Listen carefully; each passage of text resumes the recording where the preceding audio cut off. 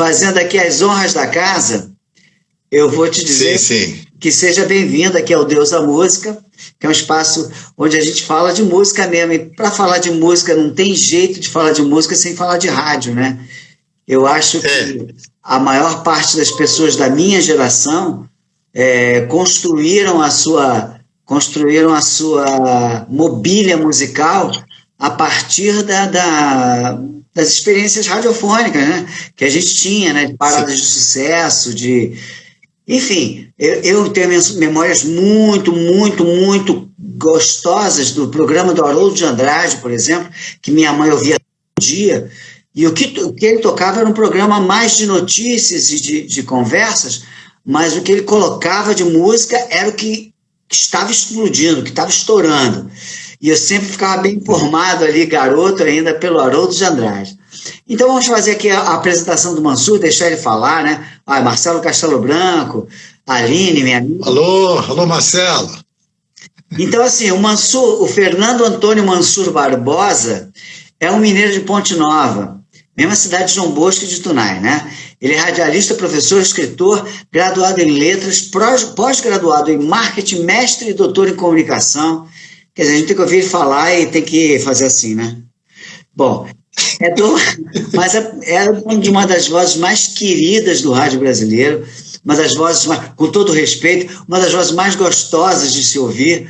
É muito bom ouvir a voz do Mansur, que o Mansur junta a tradição da locução elegante, da voz bonita e elegante, com o calor da proximidade, né? Que muitas vezes a gente faltou nos locutores da antiga geração esse tipo de comunicação, né? E o Mansur já foi comunicador em mais 14 rádios. Foi o que eu pude contar, Mansur. Nacional AM, Tupi AM, Jornal do Brasil AM, Cidade FM, Idolatrada Salve Salve, FM 105, JB FM, 9 FM, 9 MPB, Imprensa FM e MPB FM. Então chegou a hora da vingança, onde o entrevistador vira entrevistado, finalmente. Então vamos fazer o seguinte, Mansur, conte-me tudo, não me esconda nada. Com essa voz, você nunca quis ser cantor, não, cara? Olha, quando eu era criança, um abraço aí, tem alunos meus aí também, que bacana. Ó. O Miguel, da UBC. Aline, que legal. Tempos memoráveis lá na UFRJ, 20 anos lá. Que maravilha. Poxa, demais. Mas eu, quando criança não, eu fiz uma dupla musical com um colega meu, vizinho, José Hugo Clímaco. E a gente cantava Yesterday, Ave Maria do Morro. Olha só, ecletismo. Fecha os olhos, Renato e seus Blue Caps. Blue Caps. Sim. Beatles. Ele que cantava. Ele cantava de verdade e tocava violão muito bem. Eu fazia fazia alguma coisa assim. Ele cantava e você pedia desculpas, é isso? Isso, eu aplaudi e carregava o violão para ele. Mas que coisa boa, eu não sabia desse detalhe. Você já deve ter contado isso, mas infelizmente eu não tive contato com essa realidade de você cantor. Mas eu imaginava que um cara com uma voz como a tua, pô, com certeza já devia ter sonhado em ser cantor, né? Mas se você se você lançasse essa dupla, você tocaria você na rádio se fosse programador? Não. Não chegaria tanto. Então vou encaixar aqui uma pergunta que eu pedi a alguns amigos para fazerem perguntas. O Adriano de Martini pergunta para você o seguinte: quando você se deu conta que sua voz ia ser a sua ferramenta de trabalho? Olha, eu comecei cedo, né? Acredito que sim, 15 anos, 16 anos, lá em Ponte Nova, que eu sempre fui fascinado por rádio, ouvia Haroldo de Andrade, na época era 6 horas da tarde na Rádio Globo. Haroldo de Andrade, por toda a cidade, só se vê Haroldo acordar. Lembro muito bem do tema, muito bom o tema. E aí, criança, né, ou adolescente, eu comecei a trabalhar em rádio por diletantismo, porque eu amava, era tudo que eu queria, eu ouvia rádio dia e noite, né, aprendia canções em italiano, em inglês, francês, né? Não sabia o significado, mas eu aprendia, né? Sim. Nel cielo passano le nuvole che vanno verso il mare, sembrano fassolette bianche che saludano il nostro amore, Dio come ti amo, e por aí, né? Maravilha. O Toninho Horta tem uma música chamada Falso Inglês, que você deve conhecer. Ele, né, que ele também inventava, porque ele não sabia inglês, ele inventava inglês. E então eu nunca me dei conta de que isso seria meu sustento, né, o rádio. Mas aí quando eu terminei o curso de letras lá em Ponte Nova e fui para a Rádio Nacional do Rio de Janeiro, que precisava de locutores com curso universitário, né? Aí eu fiz o teste, quem me levou foi o locutor Zé Cunha, que até hoje está ativo aí no Rio de Janeiro, fantástico Zé Cunha, no esporte, né? Tá lá! E o Zé Cunha me levou à Rádio Nacional, fiz o teste, passei, ali eu comecei a ganhar dinheiro e precisei me sustentar, né? Aí eu passei a morar sozinho no Rio, e aí que começou a consciência de que... Mas eu nunca liguei assim para dinheiro, por exemplo, um ano depois eu fui para a JB e eu abandonei o emprego fixo assim da Rádio Nacional, né? Que tinha o emprego de servidor público, né? E que vivia em 1990. Em 1992 eu retomei isso na UFRJ, né, sendo professor da ECO, da Escola de Comunicação. Mas eu vou te pedir para não dar esses pulos gigantes na sua estrada, não, que tem muita coisa para a gente falar nesse interregno. Mas, inclusive, vou achar que é uma pergunta da nossa querida Carla Paz Leme, que ela lembra aqui que você foi aluno da mãe do João Bosco e do Tunay, né? Sim. Continuava ainda. E se você, naquele momento, você teve contato com os dois, com os irmãos talentosos, e se por acaso você já detectava ali algum talento artístico, ou pelo menos alguma competição para a dupla que você tinha com o seu amigo? Não, aqui, porque ali era no grupo escolar, senador Antônio Martins, e era os primeiros 4 anos primários, eu não sei, deve ser 3º ano, 4º ano primário. Então era bem novinho, e a dona Lilá, que é essa querida professora, Lilá Mussi, ela que percebeu assim que eu tinha um talento, né? Então ela me dava poesias para declamar, me dava... eu participava de concursos assim com outros alunos para ver quem seria o orador da turma, e de vez em quando eu ganhava. Pô, né? Ganhou lá todo ano, pô. Não, o Elinho era outro, meu competidor lá, que a gente revezava. E a dona Lilá, então, me incentivou muito. Ela me chamava para casa dela para me ensaiar com ela, aquelas coisas, as coisas que ela fazia, teatros, pequenas peças, declamar poesias, orador, enfim. Então foi a dona Lilá, foi essa senhora queridíssima, né, mãe do João Bosco e do Tunay. O Tunay eu conheci, tanto o João quanto o Tunay eram um pouco mais velhos, são um pouco mais velhos do que eu. O Tunay, infelizmente, nos deixou há pouco tempo, né, com muita saudade. E eles foram estudar em Ouro Preto muito cedo, eu não tinha contato com eles, só via de vez em quando eles iam visitar os pais dele em Ponte Nova. Né, e eu ficava muito feliz de vê-los ali.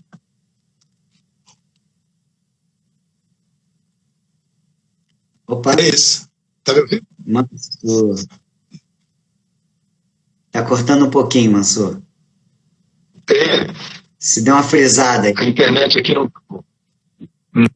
A internet do interior, né? Mansur fugiu do eixo de São Paulo.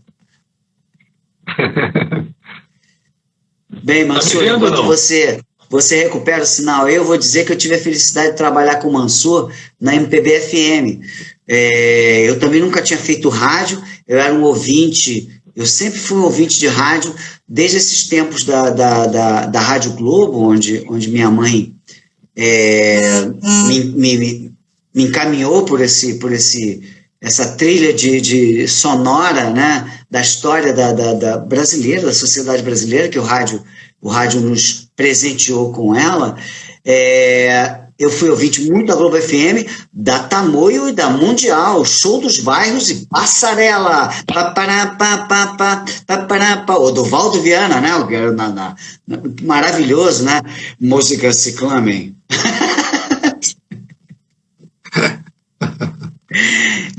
Agora você voltou para nós. Então, legal. você estava a falar sobre a descoberta da sua veia artística pela mãe do Tunai, que era sua professora, e que já detectou. Isso. Agora me explica um pouco. Quando você tem tem uma boa voz, não quer dizer absolutamente nada, porque uma boa voz ela tem que estar a serviço de alguma coisa, ou a serviço de entregar uma boa informação, né? Saber ler bem um texto, ou a serviço da emoção, que também é uma forma de embalar a informação. Né? Nem sempre um bom locutor ele consegue colocar emoção, mas ele consegue ser técnico bastante para entregar uma informação de uma maneira clara e imparcial. Você se enquadra nessas duas, você consegue ler um poema com muita emoção e talvez até ser um locutor de notícias, se quisesse. Fala um pouquinho sobre essas duas vertentes que você tem no teu talento como comunicador. Sim, porque, Ricardo, eu passei assim por várias rádios, né, como você citou no início, e cada rádio tinha um estilo. Então, devagarinho, eu fui aprendendo cada estilo, não é? Por exemplo, na JB foi uma escola fantástica na JB AM, né? Locutores, nossa, incríveis. Eliakim Araújo era o chefe dos locutores. Depois na Rádio Cidade era mais descontraído. Na Tupi já era uma comunicação AM. Em Ponte Nova eu fiz até locução esportiva, eu fiz repórter de campo. E foi? Foi. Como é que você falava com os jogadores? Você ficava com problema de coluna, né? Que você era mais alto do que todos eles, né? A gente tinha um aparelho assim chamado BTP, né? Que às vezes quando chovia dava muito choque, né? Então você estava no meio da chuva para entrevistar e levava aquele choque. Mas, então, todos esses lugares, né, eu fui desenvolvendo um tipo de locução. No Rio, eu fiz também muitas locuções comerciais, então você também às vezes tem locuções que você faz para cima, para baixo, não é flat. Eu fiz também um treinamento, um treinamento, um tratamento fonoaudiológico. Nossa! Então, sabe? Então também teve uma época que eu senti necessidade, né, de aprender a colocar minha voz melhor. Enfim, eu fui me dedicando também, né, nesse aperfeiçoamento, ouvir as sugestões.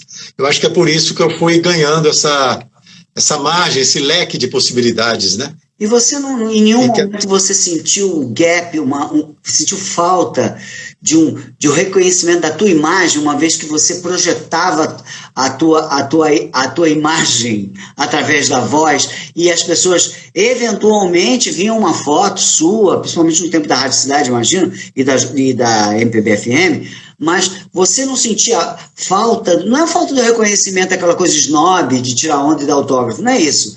É porque todo mundo gosta de reconhecimento, aquele tapinha nas costas, pô, eu te adoro e tal. Ou você já foi reconhecido pela voz em alguma situação? Na rua? Sim, sim. Às vezes pela voz, né? Às vezes você está num lugar, você está num gerente de banco, por exemplo, dependendo, né? No Rio, às vezes acontecia. Às vezes às vezes pelo nome também, né? Às vezes eu fui fazer uma consulta uma vez num médico em Copacabana e a esposa dele era a secretária dele, doutor Leopoldo. Sim.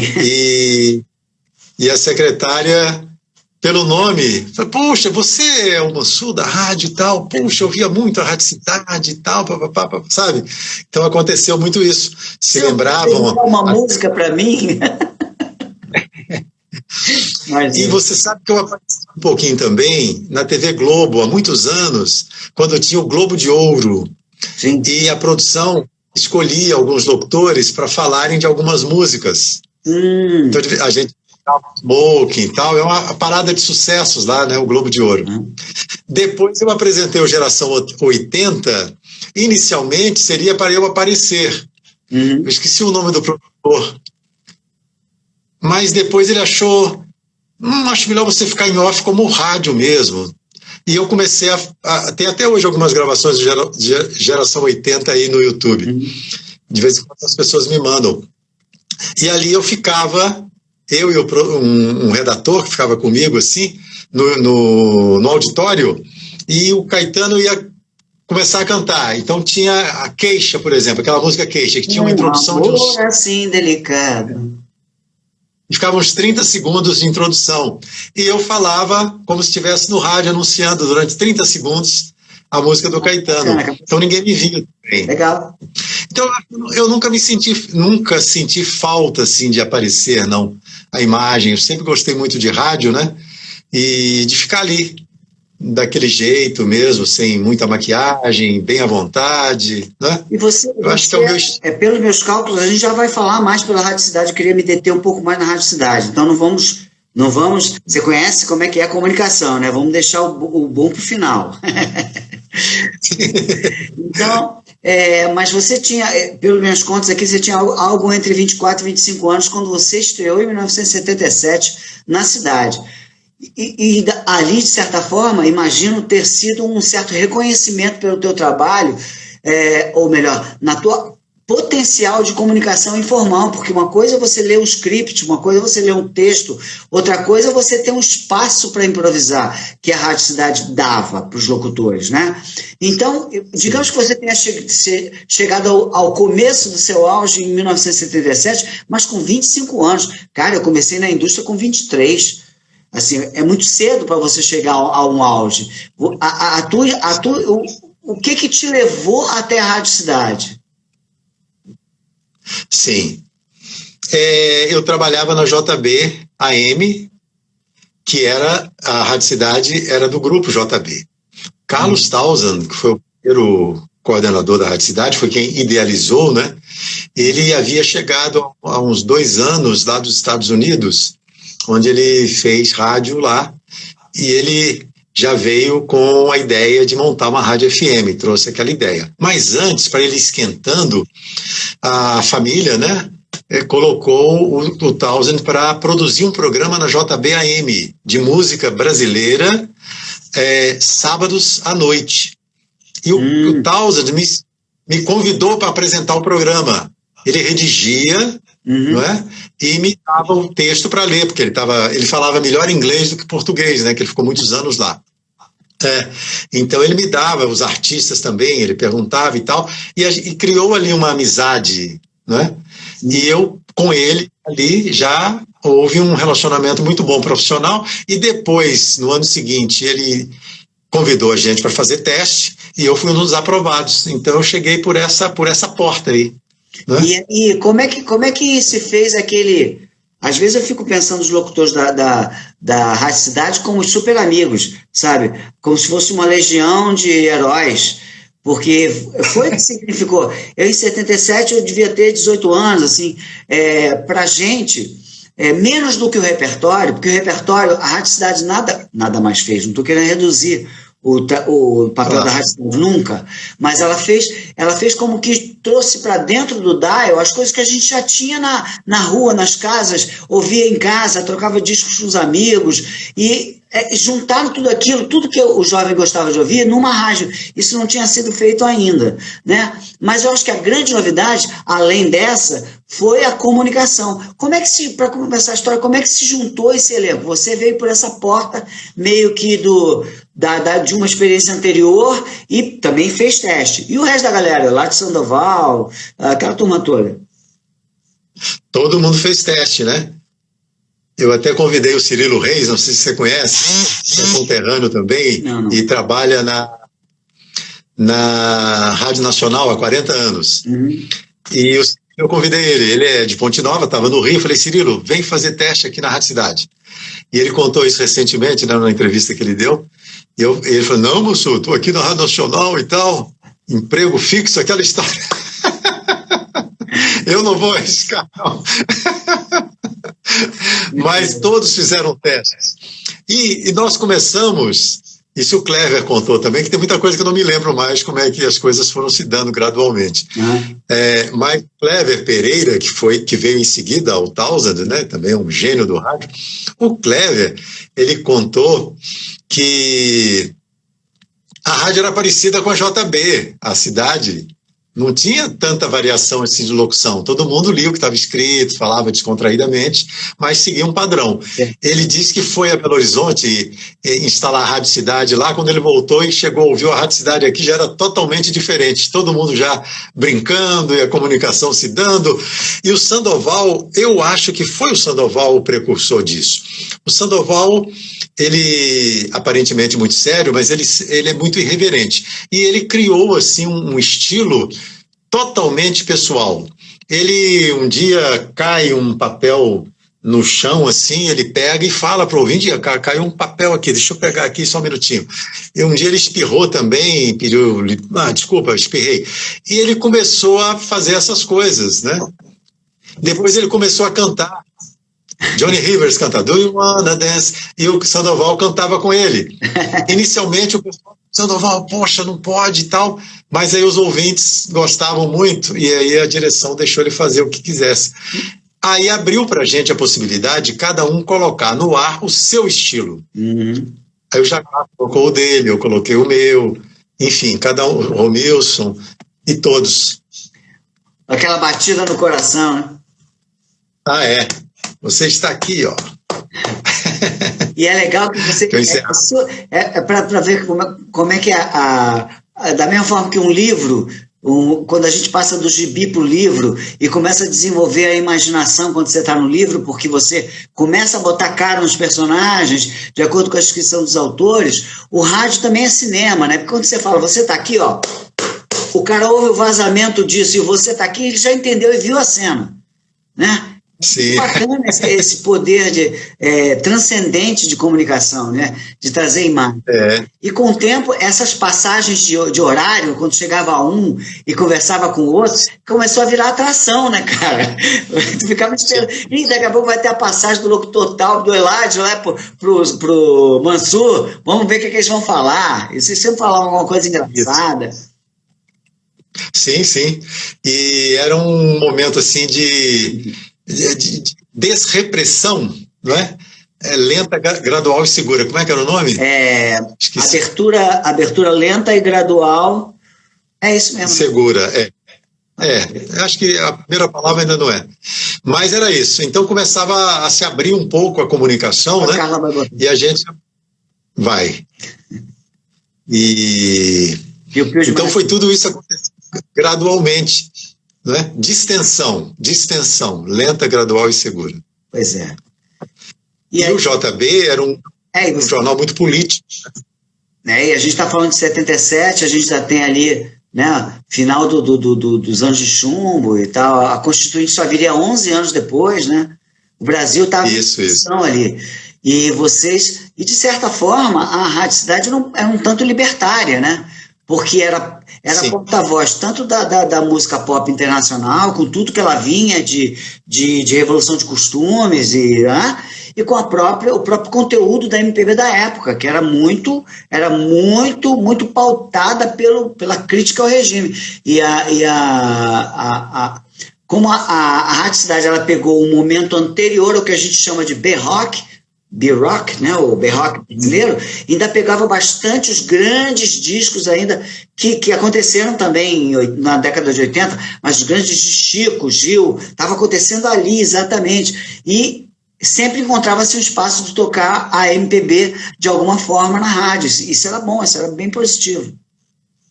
Sim, eu até não sei se o Marcelo Castelo Branco acompanhou bem esse período, mas tinha o Mariozinho Rocha, né, que era da Odeon na época, o Midani, não é? Já era da Warner, eu acho, nessa época, né? Armando Vitigliani, Roberto Pascal, sim. O Miguel, Plopski, né? Plopski. E Renato Correia, também da EMI. Olha, nessa época, Ricardo, eu me lembro bem assim, eu, por exemplo, fui à Odeon várias vezes, porque eu gostava muito de música brasileira, sempre gostei. Eu era um locutor assim, que era mais ou menos, vamos dizer assim, o porta-voz da música brasileira na rádio, né? Porque cada um gostava de um estilo e eu gostava da música brasileira. E a gente ia para as rádios para ouvir as músicas. Para ver, olha, vê se esse som tá bom. Qual a música que você acha que vai cair bem lá e tal, na rádio? Eu me lembrei de Sol de Primavera, do Beto Guedes, né? Djavan, a gente indo ouvir os primeiros discos do Djavan. O que você quer dizer com isso? É que vocês influenciavam a programação da rádio, é isso? Um pouquinho, porque cada um de nós podia escolher uma música. O Alberto Carvalho é o programador, o chefe da programação, né? O Beto Carvalho. Zequinha, que democracia é essa, rapaz? Essa democracia tá errada.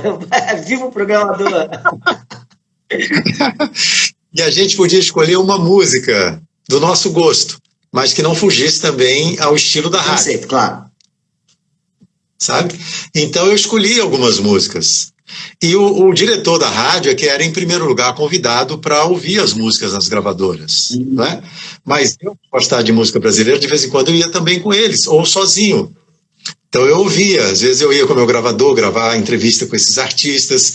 E aí a sonoridade dos discos, por isso que eu gostaria de saber a opinião de vocês, né, das gravadoras, para ver se é isso mesmo. O que eu entendia na época, que a sonoridade das gravadoras foi mudando um pouquinho para se adaptar à rádio FM, ao veículo FM de um modo geral, que tinha uma sonoridade diferenciada, um pouquinho diferente dos AMs da época, né? O que eu acho é o seguinte,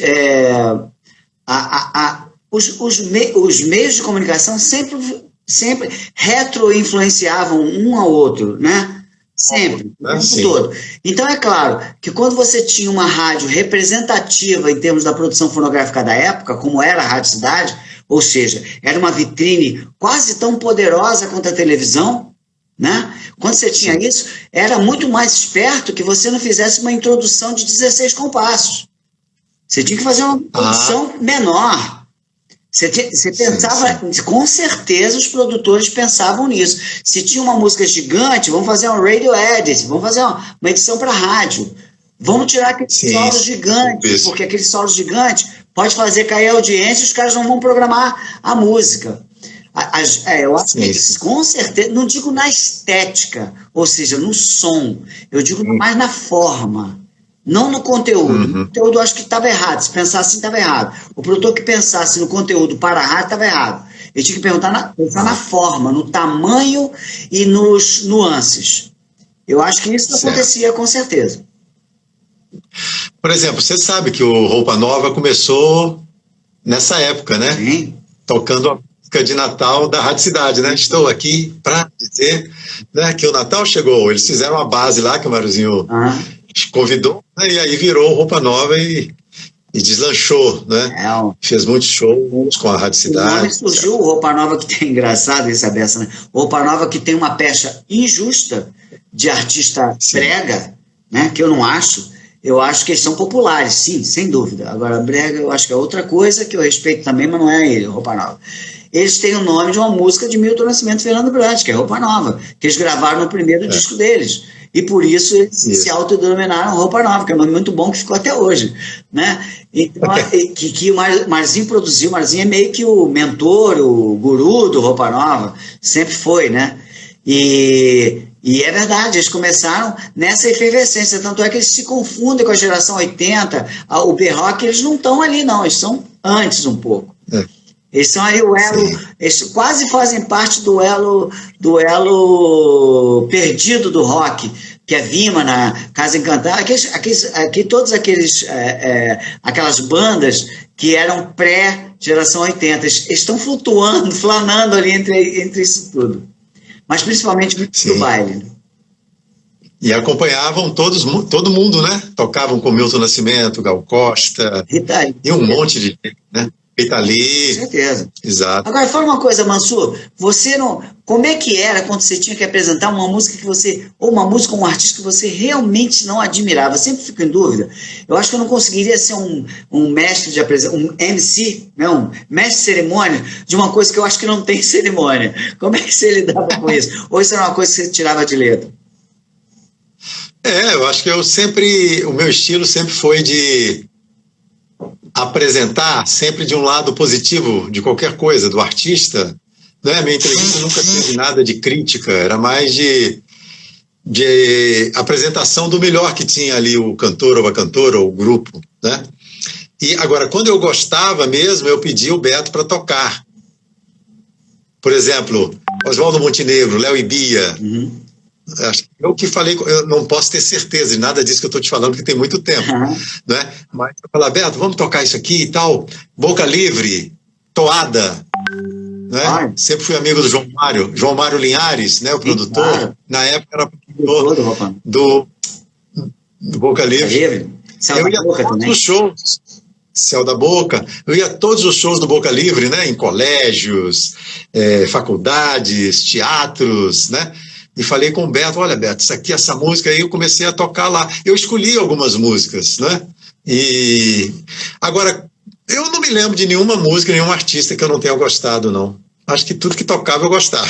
Mas eu gostava mais. De todo mundo, e todo mundo gosta de você, cara.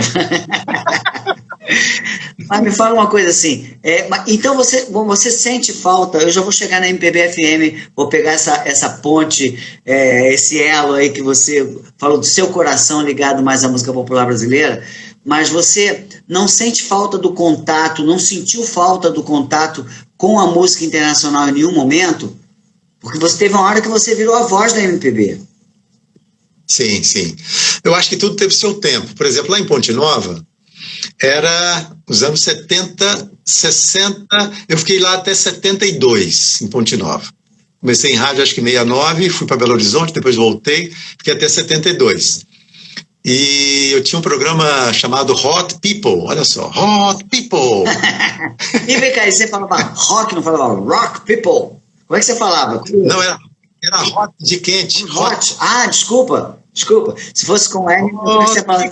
Que eu sempre tenho dúvidas. É uma dúvida de comunicação mesmo, quando você tem uma palavra estranha. Por exemplo, aqui eu moro em Portugal. Aqui todo mundo chama Leroy Merlin. E a gente chama de Leroy Merlin. Porque senão ninguém entende. É por isso. É verdade. É isso mesmo. E lá eu tocava, Ricardo, tudo. As músicas Joe Cocker, todas as músicas que eram lançadas em compacto simples, Shocking Blue, várias músicas, né? Cat Stevens, o pessoal de Woodstock, tudo eu tocava misturado com as músicas que estavam, as brasileiras ali, Jovem Guarda, né? Depois a Tropicália, enfim, fazia uma salada ali. Eu trabalhava também, eu prestava serviço numa loja de discos que tinha na pracinha também. Eu ajudava o dono da loja, José Mussi Daniel, a comprar os discos. Ele dava Mussi, Ponte Nova, cara. É verdade. A colônia sírio-libanesa é grande lá.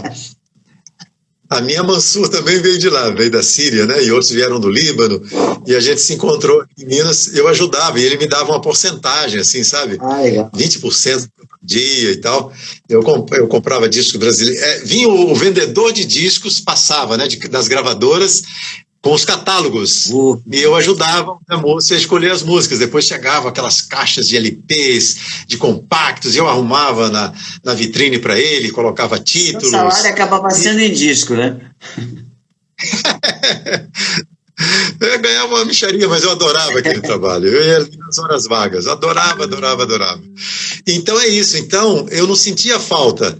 Depois que eu fui para o Rio, na Rádio Cidade também tinha muita música estrangeira, né? E de alta qualidade, né? Músicas melodiosas, né? E depois eu acho que na MPB eu já não... Mesmo eu não ouvia muita música estrangeira nesse período que eu trabalhei na MPB. Eu não sentia falta, não. Você sabe que no meu caso, eu tenho uma história com a MPB visceral, assim, que eu sempre gostei mais de MPB que música internacional, mas eu sempre ouvi música internacional. E eu costumo descansar o meu ouvido numa e na outra, entendeu? Eu ouço música internacional para ficar com vontade de ouvir música brasileira e ouço música brasileira para ficar com vontade de ouvir, porque eu gosto mesmo de música. Claro. E eu sempre sinto vontade por isso que eu te fiz essa pergunta, sempre sinto vontade de ficar ouvindo as duas coisas. E como eu ouvi muita música brasileira, hoje eu tenho um gap de música internacional. Eu começo a ouvir coisas que eu acho, eu devia ter ouvido e não ouvi. Eu vi por Sim. David Bowie, por exemplo. De vez em quando eu fico ouvindo David Bowie porque eu não cheguei a ouvir direito o David Bowie. Mas enfim, isso é uma coisa minha e o entrevistado é você. Então me fala uma coisa. Você, como é que... O Zequinha está lembrando aqui da 105, né, que eu trabalhei também lá um período, né, com o Biasi, o Marcão, e tocava música internacional também. Mas a nacional era mais popular na 105, né? Mais popular, foi. Aí eu já entrevistei um outro grupo maravilhoso de artistas também, né? O Fábio Júnior, me lembro, Giliar, Tony Ramos ia lá, porque era amigo do Biasi, né? Ele o ator, né? Tony Ramos, o grande ator. Entrevistei muitos artistas ali também, o Fagner, porque o Fagner chegou uma época também com Deslizes, sim, né? Sim. Que ele começou a tocar em várias rádios populares e tudo, de né? Miguel Klopski. Então, em cada rádio eu fui pegando, né, um estilo. Na JB-FM, por exemplo, inicial, eu aprendi a pronunciar os nomes dos clássicos, né, dos autores clássicos, dos grandes compositores clássicos. Na AM, em 1974, 5 até 77, com Luiz Carlos Saroldi, outro grande ícone do rádio brasileiro, Célio Hauser, eu aprendi as pronúncias dos grandes músicos de jazz, né? Jazz e Blues, né, que eles tinham programas também, Jazz e Blues, na JB, me chamavam para apresentar para eles, enfim, em cada rádio, e eu sempre perguntei muito, viu? E Manuela apareceu ali também, um beijo, querida. Sempre, acho que é uma característica minha, eu errava pouco no ar, não que eu não errasse, mas eu errava pouco porque eu perguntava muito, eu tinha dúvida de um nome, um compositor clássico, um artista de jazz, um cantor que eu não conhecesse, enfim, eu perguntava, escrevia a pronúncia do lado, né? Uhum. No meu português, escrevia a pronúncia do nome, treinava antes, para quando eu falasse, me parecesse ao ouvinte que eu era familiar, aquele nome me era familiar, sabe? Uhum. E hoje na Universidade Federal também, eu sempre falava isso com os meus alunos lá na Escola de Comunicação, não tenham vergonha de perguntar. Perguntem lá ao chefe de jornalismo, perguntem sempre quando vocês tiverem dúvida de nomes, ou não sabe onde é, ou quem é, ou como fala, que são tantos nomes estrangeiros, né? Às vezes de origem russa, às vezes de origem... Enfim, qualquer coisa, e você deve perguntar sempre. Já que você sacou aí esse tema, me fala um pouquinho dessa fase em que você foi professor, o que você... Que eu sempre achei e continuo achando que o professor devia... tirar um pedacinho do salário dele por aprendizado com o aluno, né? Porque a gente aprende muito com as perguntas, com as dúvidas e até com as novidades que vêm dos alunos, né? Queria que você falasse um pouquinho disso. Com certeza. Eu costumava falar isso lá nas aulas. E uma aluna... Eu me aposentei em 2015, né? Na universidade. E um pouco depois até da aposentadoria, uma ex-aluna... que ouvia eu dizer isso, né? Olha, gente, vamos aprender juntos aqui. Eu sei que eu vou aprender muito com vocês. E eu vou trazer coisas para vocês também aqui que vocês não sabem. Então, essa interação nossa, essa entrega mútua, vai render muitos frutos. E ela escreveu para mim, então, depois dela se formar, e ela estava dando aula, até no Pinel, ali ao lado, né? Uma aula até muito especializada, né? Na área de psiquiatria e tal. E ela viu o quanto ela estava aprendendo com os alunos dela. E ela me mandou uma mensagem. Pô, professor, naquela época eu achei que o senhor estava falando aquilo apenas para nos agradar e tal, papapá, mas hoje eu vejo que é uma realidade. E era isso. Então, quando eu entrei, eu fiz em 1992, eu fiz concurso para a universidade, porque eu tinha sido demitido da Rádio Tupi AM, eu fiquei 6 meses na Rádio Tupi AM. Mas eu quis inovar muito lá, fazer muitas coisas, e o Alfredo Raimundo e o Marquinhos me disseram, pô, Massu, chega, vai embora. Seu lugar não é aqui, vai para o FM. Eles foram muito pacientes comigo, até hoje. Mas, então eu fiquei 1 ano desempregado de rádio. Então, nessa época eu fiz um concurso, um teste na TV Globo, né? Eu passei e fui fazer aquelas gravações de vinhetas da Globo, né? A gente vê por aqui e tal, e Criança Esperança, ligue, e 2, 5 reais, etc, etc. Foi um aprendizado maravilhoso. Pô, que turma legal. E aí eu fiz primeiro um concurso lá em Juiz de Fora, não passei.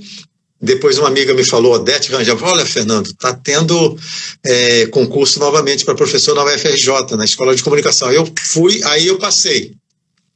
né? Que eles queriam alguém de rádio, assim, que trabalhasse em rádio para poder levar um pouquinho disso para os alunos.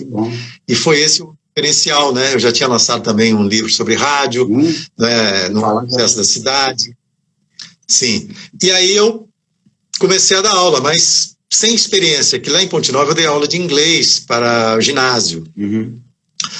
E aí eu fui aprendendo também, com a ajuda dos professores lá da ECO, né, eu fui aprendendo e fui aos poucos levando o meu estilo também de dar aula, mesclando a questão do rádio com a academia. Depois de muitos anos eu fui levando também os alunos para os estúdios, né, para conhecerem, eles ficavam encantados.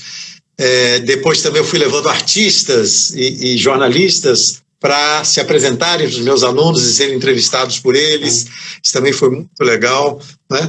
E os alunos, várias vezes assim, me convidavam, me convidavam não, me escolhiam para ser um professor homenageado, não é? Eventualmente eu tive essa honra, assim, algumas vezes lá na época. Muito bom, muito bom. Eu também teria te escolhido, Mansur. Aliás, você foi professor, só que não numa faculdade, você foi professor de vida, né? Porque quando a gente esteve lá, a gente aprendeu muita coisa com você. Principalmente sentimento de equipe mesmo, de você a parte do mecanismo, né? E a gente, acho que se entrosava bem, a gente tinha uma boa troca ali, né? Foi uma boa... Com certeza. Aprendi muito, né? Porque eu não sabia nada de rádio, né? Fui saber como é que funcionava quando eu fui a primeira vez. Foi uma experiência muito boa. Agora, você tem um caminho paralelo, uma andança espiritual bem profunda e tal. Eu quero saber quando começou essa andança e o quanto ela influenciou em você como comunicador. Sim.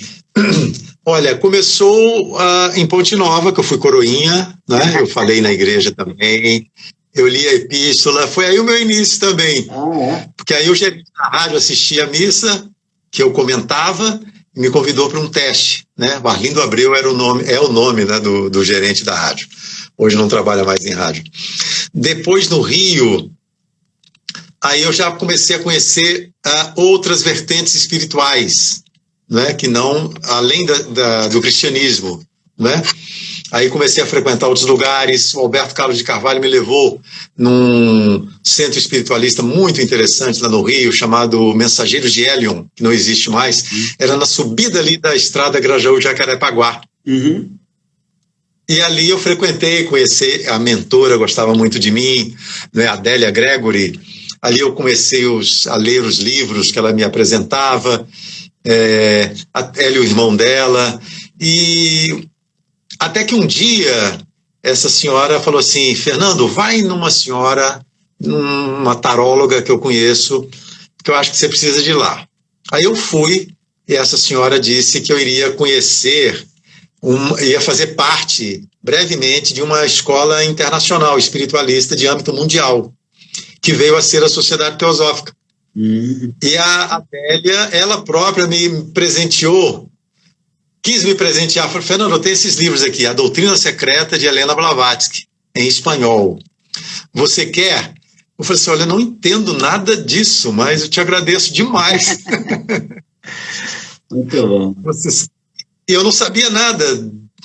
E aí eu entrei para a Sociedade Teosófica tempos depois, me tornei membro, né? E até hoje sou membro da Sociedade Teosófica. Nesse ínterim, eu visitei também várias correntes espiritualistas, espíritas, não é? Segui meu caminho, assim, que o karma me colocava, né, para seguir. Até que um dia, eu acho, depois que eu voltei da Índia, em 2014, eu visitei a sede internacional da Sociedade Teosófica, e eu acho que ali eu voltei e falei: não, acho que agora eu já resgatei o que eu precisava, vou me dedicar à Sociedade Teosófica agora exclusivamente. Conversei com uma pessoa maravilhosa que eu estava frequentando na época, né, um centro espírita dela, da corrente mais do candomblé, né, e falei com ela.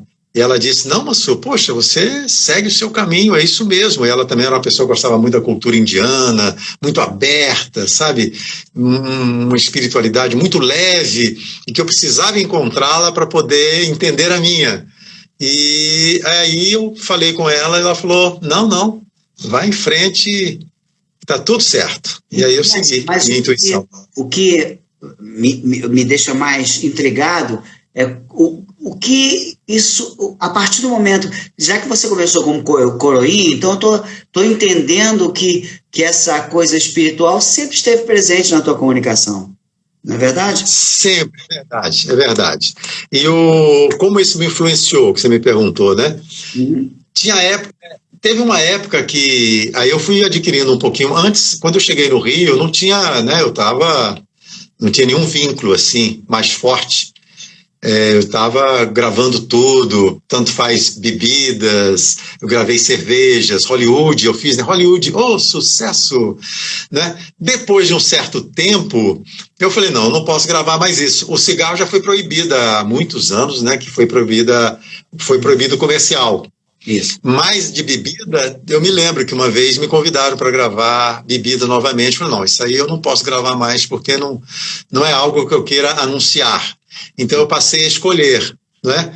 E na minha comunicação também, por exemplo, na FM 105, o Zequinha vai lembrar.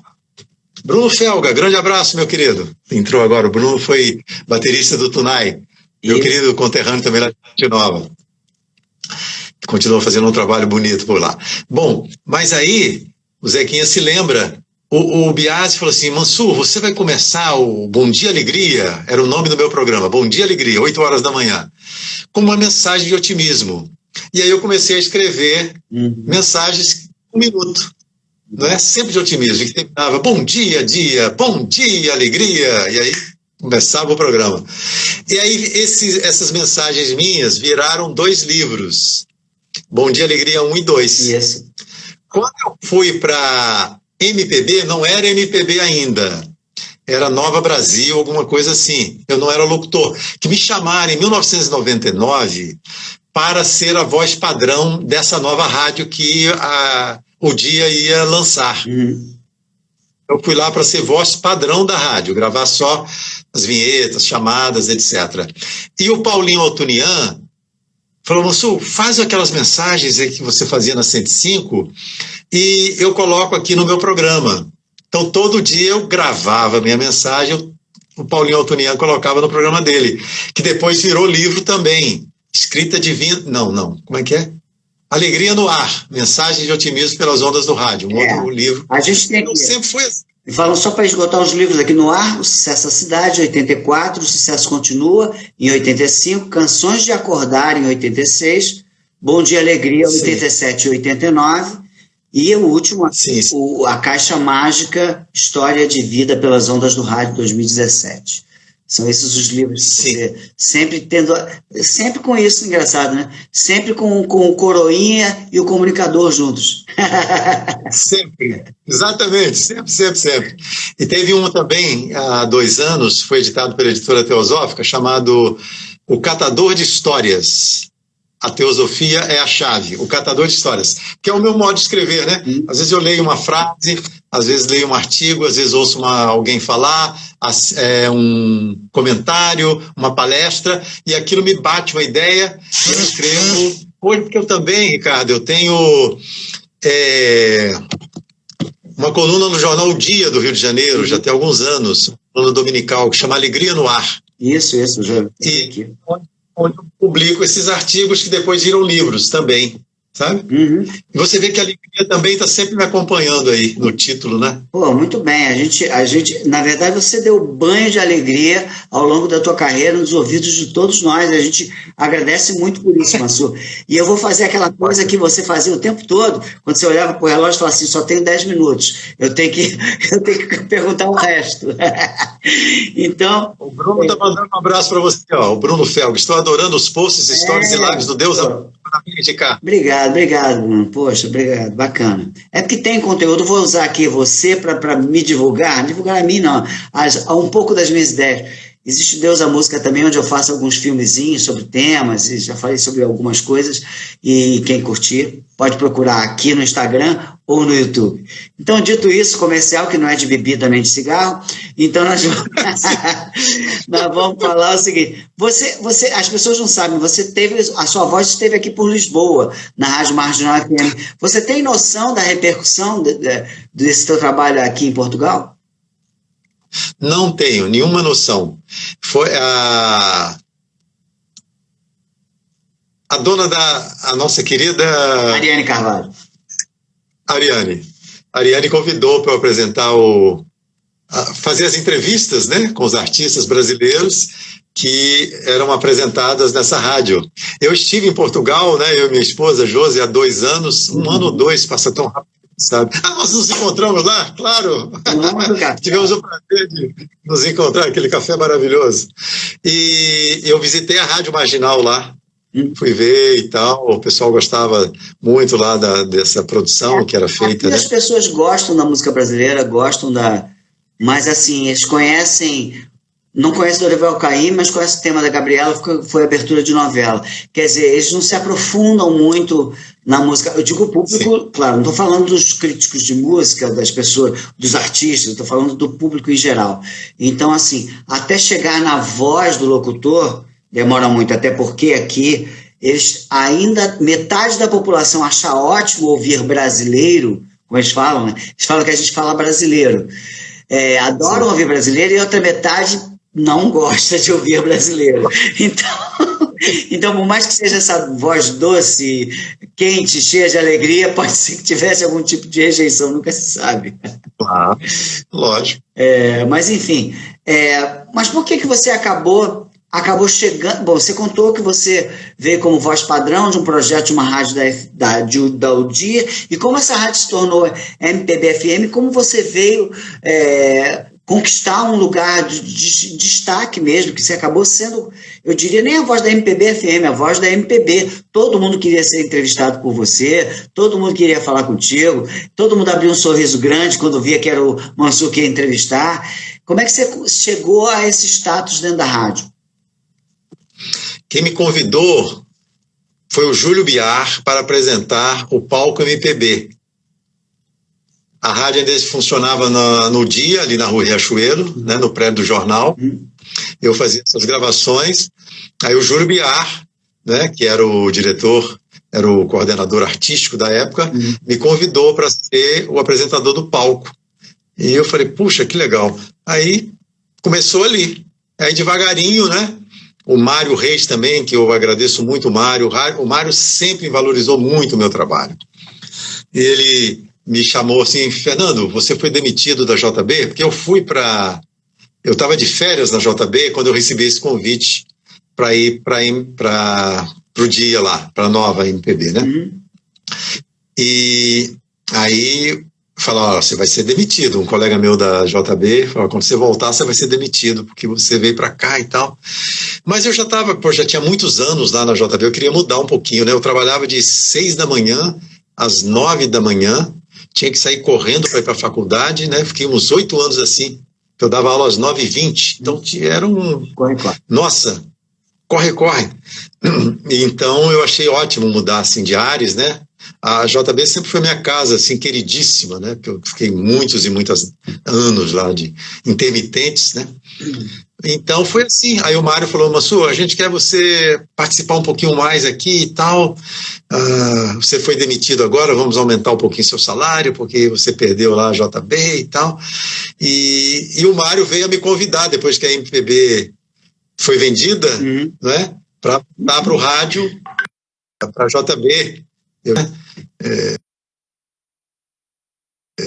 Da Rádio Globo, da Paradiso, mas meu coração pendeu mais para a JB, né? Eu acho que seria uma coisa até assim simbólica, né? De eu voltar, praticamente eu comecei no Rio, e aí eu fiquei na JB.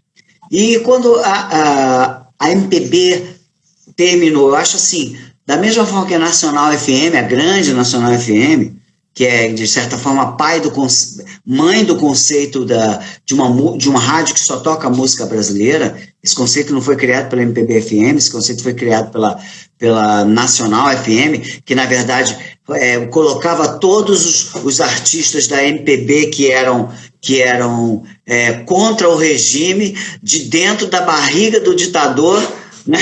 Uma rádio estatal, botava o Chico Buarque cantando Cálice. Era muito bom, né? Enfim, isso é coisa do Brasil. Isso não aconteceria em nenhum lugar do mundo, só aconteceu no Brasil. Graças a Deus. Então, a MPB-FM, quando acabou, para mim, ela foi, não só por eu ter um carinho por já ter estado lá, ter criado coisas bacanas, como o Samba Social Clube lá e outras coisas, eu fiquei muito triste porque foi a MPB não ser válida comercialmente me entristecia, porque a razão pela qual a rádio fechou, porque ela não vendia mais publicidade como deveria vender para se sustentar. Como você sentiu isso? Sim. Puxa, foi um baque, assim, eu senti que a música toda brasileira sentiu muito isso, porque era uma vitrine fantástica, né, Ricardo? Sim. E era a única rádio, não sei se é a única, se não for a única rádio, uma das raras que diz o nome dos compositores das músicas. Isso. Caetano comentava direto. Estava ouvindo na MPB que falava o nome dos compositores, falava sempre isso. Eu senti uma falta enorme, enorme, enorme mesmo, e todos lá da rádio, porque lá na rádio tinha também aquele espírito que você se referiu no início da Rádio Cidade. Uhum. Era uma família, assim, sim, sabe? Era uma coisa muito aconchegante, muito amistosa, muito amiga, né? E eu era tratado com muito carinho, porque a maioria ali, alguns foram meus alunos na ECO, outros me ouviram, outros conheceram através de outras pessoas, os mais novos não me conheciam. Foi uma surpresa para todos, né? Ninguém esperava. Na verdade, não foi uma crônica de uma morte anunciada, foi uma morte repentina. Mas olha, temos 3 minutos, eu estou preocupado com o tempo, eu não gosto de ficar estendendo o live, porque é melhor fazer uma depois. Então eu vou encaixar a pergunta do Zequinha, meio com um monte de pergunta minha, a gente vai tentar resolver isso em 3 minutos. Bom, ele está dizendo aqui, o Zequinha, que é o seu fã número 1, o Zequinha é foda, ele é fã número 1 do Mansur, o Zequinha é mole ser fã número 1 do Mansur, pô. Ele pergunta como é que você vê. Gostaria de saber se esse formato de rádio musical deixou de ter importância por causa dos serviços de streaming e, de certa forma, de podcast, ele não falou aqui, né? Qual seria o possível caminho para a rádio dentro desse formato digital? Você visualiza algum caminho? Olha, o Muniz Sodré, o professor Muniz Sodré, né? Uma vez eu entrevistei lá no Papos e Canções, um programa que esse era meu, assim, né? Que eu pude escolher todos os meus convidados. E ele falou assim: o rádio joga capoeira, ou seja, se adapta sempre às circunstâncias novas, né? E eu acho que é isso. Eu acho que o rádio sempre vai continuar desde que haja pessoas criativas dentro dele. Muito bem. Né? E sempre vai haver pessoas. Muito obrigado. Eu vou te falar, eu quero saber uma coisa. Você acha que o algoritmo tem coração? Sim, claro que tem. Dentro desse peito sempre bate um coração. É que no peito dos algoritmos também bate um coração, né? Também bate o coração, isso aí. Pô, Mansur, obrigado, muito obrigado pelo teu tempo, por você ser generoso, como sempre foi a vida inteira. Através da tua voz, nós tivemos momentos maravilhosos da nossa vida. Você é uma trilha sonora da nossa vida.